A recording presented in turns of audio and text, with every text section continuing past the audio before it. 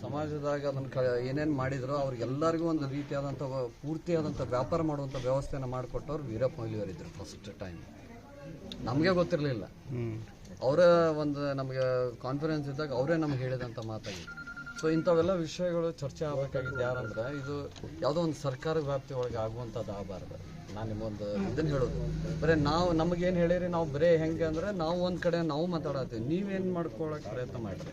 ಇದಕ್ಕೆ ಸಂಘಟನೆದಾಗ ಏನೇನು ಅದಾವು, ಅವ್ರು ಯಾವುದರ ಪಕ್ಷದಾಗಿರಲಿ ಏನಾರ ಇರಲಿ, ಅದು ನಾನು ಹೇಳ್ತಾ ಇಲ್ಲ.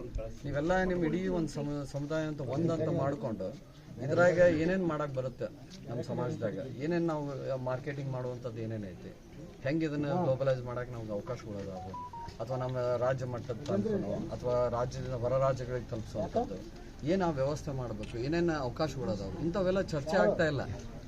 10 HP 1 HP ಹೆಂಗೆ ಚರ್ಚೆ ಆಗತೈತಿ, ಇಂಥವು ಚರ್ಚೆ ಆಗಬೇಕು. ನೀವು ಅದು ಚರ್ಚೆ ಮಾಡಿದರೆ ನಿಮಗೆ 100 ಪಟ್ಟು ಕೆಲಸ ಮುಗಿದು ಹೋಗ್ಬಿಡ್ತೈತೆ. ನಿಮ್ಮ ತೊಂದರೆ ಹೆಚ್ಚು ಕಡಿಮೆ ಒಂದು 10-20% ಮುಗಿತೈತೆ. ಇದನ್ನು ಮೊದಲು ಸಂಘಟನೆಯಿಂದ ಬರಕತ್ತಂದ್ರೆ ಸರ್ಕಾರಕ್ಕೆ ಒಳ್ಳೆ ವಿಷಯಕ್ಕೆ ಸಂಬಂಧಪಟ್ಟಂಗೆ ಇದು ಹಿಂಗೆ ಮಾಡಿರಿ ಅಂತ ನಮಗೂ ಸತ ಒಂದು ಸಲಹೆಗಳನ್ನು ಕೊಡ್ಬೋದು ನೀವು. ಇದು ಒಳ್ಳೇದಂತ ನನ್ನ ಭಾವನೆ. ಅದಕ್ಕೆ ಇನ್ನೂ ಭಾಳ ಬುದ್ಧಿವಂತರು ಇದ್ದವ್ರು ಅದಾರ ರಾಜ್ಯದಾಗ, ಅವ್ರದ್ದು ಒಂದಿಷ್ಟೆಲ್ಲ ವಿಚಾರಗಳನ್ನು ಹಂಚ್ಕೊಂಡ್ರಿ ಕೇಳಿದ್ರಿ ಅಂದ್ರೆ ಚಲೋ. ನಾವು ಪ್ರಯತ್ನ ಮಾಡ್ತೀವಿ, ನಮಗೇನು ಹೇಳಿರಿ ನಾವು ಪ್ರಯತ್ನ ಮಾಡ್ತೀವಿ. ಬಟ್ ಅದ್ರ ಜೊತೆಗೆ ನಿಮ್ಮ ಸಂಘಟನೆದಾಗ ಮೊದಲು ಪಕ್ಷ ಹೊರಗಿಟ್ಟು, ಸೊ ಯಾವ ಅದಾವ ಎಲ್ಲ ಪಕ್ಷದವರು ಎಲ್ಲ ಏನು ಸಣ್ಣ ಸಮುದಾಯಗಳದಾವ ನಿಮ್ದ್ರಾಗ ಅವನ್ನೆಲ್ಲ ಒಂದಾಗಿ ಕೂಡ್ಕೊಂಡು ಈ ವಿಷಯಗಳನ್ನು ಮೊದಲು ಪ್ರಸ್ತಾಪ ಮಾಡ್ತೀವಿ. ಯಾರ್ಯಾರಿಗೆ ಏನೇನು ಮಾಡೋಕ್ಕಾಗುತ್ತೆ, ಏನೇನು ಅವಕಾಶಗಳು ಅದನ್ನು ನಾನು ನಿಮಗೆ ನಾವು ಅದಕ್ಕೆ ಯಾವ ರೀತಿ ಸಹಕಾರ ಕೊಡೋದು. ಈಗ ಸರ್ ನಮ್ಮದೇ ಪೀರಿಯಡ್ ಲಾಸ್ಟ್ ಆಗುವಂಥ ಸ್ಥಿತಿಗತಿಗಳದ ಮಾನ್ಯ ಜಿಲ್ಲಾಧಿಕಾರಿ ಸಮ್ಮುಖದಲ್ಲಿ ಅದನ್ನೇ ಚರ್ಚೆ ಮಾಡಿವಿ ಸರ್. ಕಳೆದ ಒಂದು 5-6 ತಿಂಗಳಿಂದ ಚುನಾವಣೆ ಪೂರ್ವದಲ್ಲೇ ನಾವು ಚುನಾವಣೆ ಮಾಡುವಂಥ ವಿಚಾರಾದಿಗಳೇನೇ ಇಲ್ಲ ಅಂತ ಮುಕ್ತವಾಗಿ ಮಾತಾಡಿದ್ವಿ ರೀ. ಮನವಿ ಕೊಟ್ಟಿಲ್ಲ ಮತ್ತು ಮಾಧ್ಯಮದಲ್ಲಿ ಮಾತಾಡಿಲ್ಲ. ನಾವು ಜಿಲ್ಲಾಧಿಕಾರಿಗೆ ಹೇಳಿದ್ವಿ ನಮ್ಮ ಕಷ್ಟಗಳಿಗೆ ಕೇಳಿದ್ರೆ ಸರ್ಕಾರ ಕೇಳಿದ್ರೆ ನಾವು ಸರ್ಕಾರಕ್ಕೆ ಮತ ಹಾಕ್ಬೇಕು, ಯಾವುದೇ ಪಕ್ಷ ಇರಲಿ ಹೊತ್ತಿಗೆ. ಅದಕ್ಕೆ ಅವ್ರು ಜಿಲ್ಲಾಧಿಕಾರಿ ಸಭೆ ಕರೆದಾಗ ನಾವು ವಸ್ತ್ರ ನೀತಿ ಬಗ್ಗೆ ಚರ್ಚೆ ಮಾಡಿದ್ವಿ.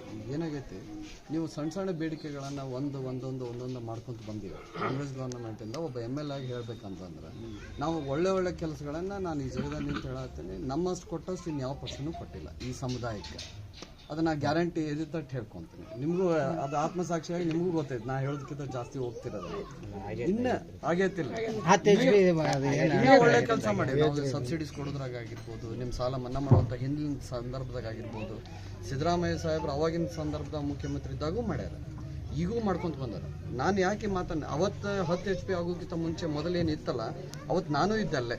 ಸಿದ್ದರಾಮಯ್ಯ ಸಾಹೇಬ್ರು ಚೇಂಬರ್ನಾಗೆ ನಾನು ಇದ್ದೆ. ಅಲ್ಲಿ ಜವಳಿ ಖಾತೆಗೆ ಸಂಬಂಧಪಟ್ಟಂಗೆ ಸಾಹೇಬರು ಯಶವಂತ್ ಪಾಟೀಲ್ ಸಾಹೇಬರು ಬಂದರು. ಅದ್ರ ಜೊತೆಗೆ ಉಳಿದವರು ಇನ್ನೊಬ್ರು ಮಂತ್ರಿಯವರೆಲ್ಲ ಬಂದು ನಿಂತ್ಕೊಂಡು ಇದೇ ವಿಷಯನ ಎಲ್ಲರೂ ಇಲ್ಲ ಸ್ಟ್ರೈಕಿಗೆ ಕೂತಾರೆ. ಬೆಂಗಳೂರಿನಾಗಿದೆ ಅಧಿವೇಶನ ಟೈಮ್ನಾಗ ಫ್ರೀಡಮ್ ಪಾರ್ಕ್ನಾಗ ಅಂತ ಒಂದೇ ಸಲ ನಾನು ಹೇಳ್ತಿರೋದು 2023 ಫಸ್ಟಿಗೆ ಒಂದೇ ಅಧಿವೇಶನ ಟೈಮ್ನಾಗ.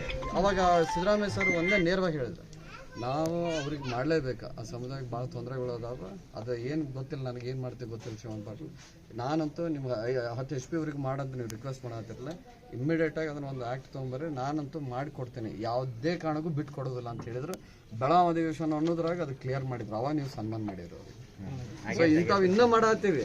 ಆದ್ರೆ ಒಂದು ಸ್ವಲ್ಪ ಏನಪ್ಪ ನಾವು ನಿಮ್ಮ ಕೈ ಮುಗಿ ತಿಳ್ಕೊಳ್ಳೋದೇನಂದ್ರೆ ಈ ಸಮುದಾಯ ನಮ್ಮನ್ನ ಒಂದಿಟ್ಟು ಸಿದ್ದರಾಮಯ್ಯ ಸಾಹೇಬ್ರಿಗೆ ನಮ್ಮನ್ನ ನೋಡ್ಕೊರಿ ಅಂತ ಅಧಿವೇಶನಕ್ಕೆ ಬಂದೀನಿ ಅಂತ ಹೇಳಿದ್ರಿ. ಅದಕ್ಕೆ ಇದು ಗೊತ್ತಿರ್ಬೇಕಂತ, ಯಾರು ಮಾತಾಡ್ತಾರ, ಯಾರು ಏನ್ ಪ್ರಸ್ತಾಪ ಮಾಡ್ತಾರಲ್ಲ, ನೀವು ಅವರಿಗೆ ಕೇಳೋ ರೀತಿ ಬೇರೆ ಆಗ್ಲಿ. ನಿಮ್ಗಿಂತ ಜಾಸ್ತಿ ನಾವು ಅದನ್ನ ನಿಮ್ಗೊಬ್ಬರೇ ಮಾತಾಡಿ ಹೋಗೋರು ಆಗಬಾರ್ದು. ನಾನು ಅಲ್ಲಿ ಕೆಲಸ ಮಾಡೋಕ್ಕೂ ರೆಡಿ ಇರ್ಬೇಕನ್ನ, ಇಲ್ಲ ಬರೀ ಡೊಂಗ್ರಿ ಕೆಲಸ ಮಾಡ್ದಂಗೆ ಆಗತ್ತೆ, ನಾಟಕ ಮಾಡ್ತಾರಲ್ಲ ಹಂಗಾಗತ್ತೆ. ನಾನು ಅಲ್ಲಿ ಸತ ನಾವು ಪ್ರಸ್ತಾಪ ಮಾಡೀವಿ, ಅವ್ರು ಬದುಕೋದು ಭಾಳ ಕೆಟ್ಟ ಪರಿಸ್ಥಿತಿದಾಗ ಐತಿ. ದಯಮಾಡಿ ನಮ್ಮ ಸರ್ಕಾರದವರು ಅಲ್ಲಿ ಟೆಕ್ಸ್ಟೈಲ್ ಪಾರ್ಕಿಗೂ ಇನ್ನೊಂದು ಬೇರೆ ರೀತಿಯಾಗಿ ಗುಳೆಗುಡ್ಡದಾಗಿರುವಂಥವ್ರಿಗೆ ಅವಕಾಶ ಮಾಡಿಕೊಡ್ಬೇಕು. ಈ ಸದನದಾಗ ಇನ್ನೊಬ್ರು ಸದಸ್ಯರು ಹೇಳಿದ್ರು, ನಮ್ಮ ಕ್ಷೇತ್ರದಾಗ ಭಾಳ ಜನ ಅದಾರ ಅಂತ ಹೇಳ್ಯಾರ. ಅಂದ್ರೆ ಬೆಂಗಳೂರಿನಾಗ ಒಬ್ಬವ್ರು ಹೇಳಿದ್ರು, ಅದನ್ನ ಪ್ರಸ್ತಾಪ ಮಾಡಿದ್ರು. ಅದಕ್ಕೆ ಹೇಳಿದೆ BJP ಲೀಡರ್ ಹೇಳಿದಾಗ ಇಂಥವ್ರು ಒಬ್ರು ಅಂದಾರ. ಬಟ್ ನಂದ್ರಾಗ ಇಡೀ ರಾಜ್ಯದಾಗ ನನ್ನ ನೇಕರ್ ಸಮುದಾಯ ನನ್ನ ಜಿಲ್ಲಾದಾಗ ಅದು ನನ್ನ ಕ್ಷೇತ್ರದಾಗ ಭಾಳ ಜನ ಐತಿ, ಅವ್ರಿಗೆ ಪ್ರಾಮುಖ್ಯತೆ ಕೊಡಬೇಕು, ಅವ್ರಿಗೆ ಬದುಕಕ್ಕೆ ಅವಕಾಶ ಮಾಡಿಕೊಡ್ಬೇಕಂತ ಇದನ್ನ ನಾನು ಪ್ರಸ್ತಾಪ ಮಾಡೀನಿ. ಬರೀ ಮಾತಾಡಿ ಯಾರು ಎಲ್ಲರಂಗಲ್ಲ, ಹೇಳ್ತೀನಿ ನೋಡ್ತೀನಿ ಇಂಥವೆಲ್ಲ ಇಲ್ಲ, ಹೇಳ್ತೀನಿ ಅಂದ್ರೆ ನಿಮ್ಗೆ ಹೇಳ್ತೀವಿ ಅನ್ಬೇಕು. ಎರಡನೇದು, ಇಲ್ಲೇ ನಾವು ಹೆಸ್ಕೊಂಬರೋದಾರ ಇವ್ರು ಫೋನ್ ಮಾಡಿದ್ರು ನನಗೆ, ಇವ್ರಿಗೆ ನೆನಪಿಲ್ಲ, ಬೆಂಗಳೂರಿನಾಗಿಂದ ಫೋನ್ ಮಾಡಿ ಇಲ್ಲೆಲ್ಲ ನನಗೆ ಇಷ್ಟು ನೇಕರ್ಸ್ ಏನೇನು ಮನೆಗಳು ಅದಾವೋ ಅವೆಲ್ಲ ಡಿಸ್ಕನೆಕ್ಟ್ ಮಾಡಕ್ಕೆ ಹೊಂಟಾರ, ಕರೆಂಟ್ಗಳು ಅದು ಇದು ಅಂತ ಹೇಳಿದ್ರು. AW ಅವರು ಇನ್ನೂ ಬಂದಿಲ್ಲ, ಇವ್ರು ಹೊಸ ಹುಡುಗ. ನಿಮ್ಮ AW ಅವ್ರಿಗೆ ಇವ್ರು ಹೇಳಿದ ಮೇಲೆ ನೀವು ಹೇಳಿದ ನೆನಪೈತಿಲ್ಲ, AWಗೆ ಮಾತಾಡಿ ಈಗ ಯಾವುದೇ ಕಾರಣಕ್ಕೂ ಡಿಸ್ಕನೆಕ್ಟ್ ಮಾಡಕ್ಕೆ ಹೋಗ್ಬೇಡ್ರಿ, ಅದು ಸರ್ಕಾರದ ವ್ಯಾಪ್ತಿ ಒಳಗೆ ಸಂಬಂಧಪಟ್ಟಂತ ನಿರ್ದೇಶವಾದಂಥ ನಿರ್ಧಾರಗಳು ಆಗ್ಬೇಕು, ಆದೇಶಗಳು ಆಗ್ಬೇಕು, ಅಲ್ಲಿವರೆಗೂ ವೇಟ್ ಮಾಡ್ರೆ ಅವ್ರಿಗೆ ಏನು ತೊಂದರೆ ಕೊಡಕ್ಕೆ ಹೋಗ್ಬೇಡ್ರಿ ಅಂತ ಹೇಳಿ. ಇದನ್ನ ನಾನು ನೇರವಾಗಿ ಹೇಳಿದೆ. ಪುಣ್ಯಕ್ಕೆ ನೀವು ನನಗೆ ದೇವ್ರ ಪುಣ್ಯ ಅಂದ್ರೆ ನೀವು 4 ಮಂದಿಯಾಗೆ ಕೇಳಿರಿ, ನಿಮಗೆ ಒಳ್ಳೇದ. ಸರ್ ಇನ್ನೊಂದ್ರಿ ಭಾಳ